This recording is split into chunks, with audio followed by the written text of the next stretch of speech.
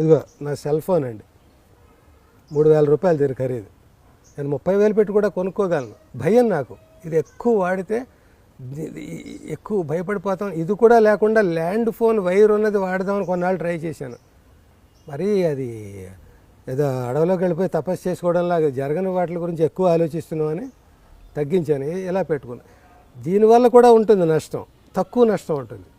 నేను ట్యాబ్ వాడతాను, నేను షార్ట్ ఫిల్మ్స్ చేస్తున్నాను, నేను జనంలో ఫేస్బుక్లో అవన్నీ కావాలి నాకు.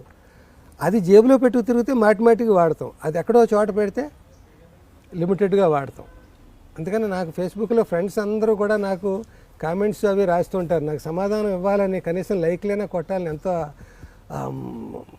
పులకెంతగా ఉంటుంది. అంత మంచి మంచి కామెంట్స్ వాళ్ళు పెడుతున్నారు. భయం నాకు అవన్నీ కొడితే ఒకటి నా క్రియేటివిటీ ఆగిపోతుంది. ఈ సమాధానాలు ఇస్తూ కూర్చుంటే ఆ జబ్బులో పడిపోతాం. అది తీయగా ఉంటాయి, వాళ్ళు పొగుడుతుంటే చాలా థ్యాంక్స్ అండి ఇవన్నీ అన్నాం.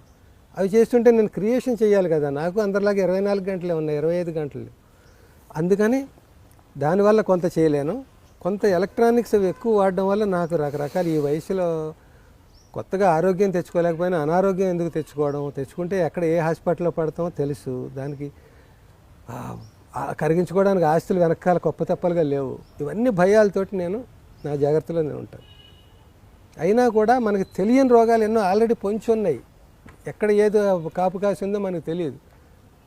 అరే నిర్లక్ష్యం చేసేసారండి, 3rd స్టేజ్లో వచ్చారండి, చెకప్ చేసుకోవాలండి ప్రతి 6 నెలలకి. అందరికీ తెలుసు ఆ చెకప్లో మెషన్లు అన్నీ నార్మల్ అనే వస్తాయి. సడన్గా ఏదో కొంప ముంచుతుంది. మృత్యు అనేది 1,00,000 మార్గాల్లో మన వెంటాడుతూ ఉంటుంది.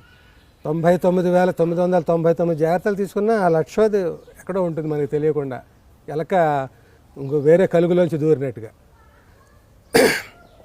ఇలాంటి పరిస్థితుల్లో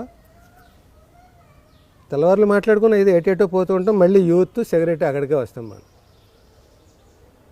యూత్ ఈ జబ్బులు ఎక్కువ కారణానికి యుక్త వయస్సులోనే వాళ్ళు చక్కగా పెళ్లి చేసుకొని వైవాహిక జీవితాన్ని రొమాంటిక్గా, అందంగా, చాటుమాటుగా, ఒక శృంగారంగా, సెక్స్గా కాకుండా, సెక్స్కి శృంగారానికి అండి ధర్మానికి అధర్మానికి ఉన్నంత తేడా వద్దు. శృంగారం వేరు, సెక్స్ వేరు, రెండూ కూడా సృష్టి ధర్మాలే. చాటుమాటుగా ఉండేది శృంగారం, మొత్తం విప్పేసేది సెక్స్. సో దానివల్ల ఏం లేదు, సుఖం లేదు సెక్స్ వల్ల. శృంగారంలో సెక్స్ ఉండాలి తప్ప సెక్స్లో శృంగారం రాదు. ఉన్నది ఇది కాదు. మళ్ళీ మన టాపిక్ మారిపోతున్నాం. ఇవన్నీ విచ్చలవిడితనాల వల్ల. ఒక తల్లి తండ్రి వాళ్ళు ఈవేళ ప్రేక్షకులు.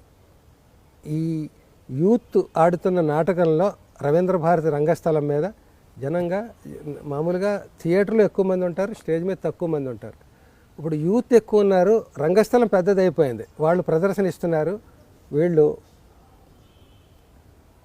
వృద్ధులు ప్రేక్షకుల్లా చూస్తున్నారు. వీళ్ళు మాట్లాడడానికి ఉండదు, వీళ్ళ చేతిలో మైక్ ఉండదు, వీళ్ళు పెర్ఫార్మెన్స్ ఇవ్వడానికి ఉండదు, కుర్చీలో కూర్చున్నారు అంతే. ప్రదర్శన అంతా వాళ్ళు ఇస్తున్నారు. మేము చెప్పింది వినండి అని అంటున్నారు తప్ప వాళ్ళు చెప్పండి అని మాకు మైక్ ఇవ్వట్లేదు. నాకంటే నేనేం బాధితుడిగా మీతో మాట్లాడలేదు, నాకు పర్సనల్ ప్రాబ్లమ్స్ ఏం లేవు. ఈ సమాజంలో ఒక మనిషిగా, ఒక నాటక ప్రయోక్తగా, ఒక సినిమా రచయితగా, సినిమా నటుడిగా, అన్నీ చూసినవాడిగా, ఎన్ని చూసినా ఇంకా చూడాల్సి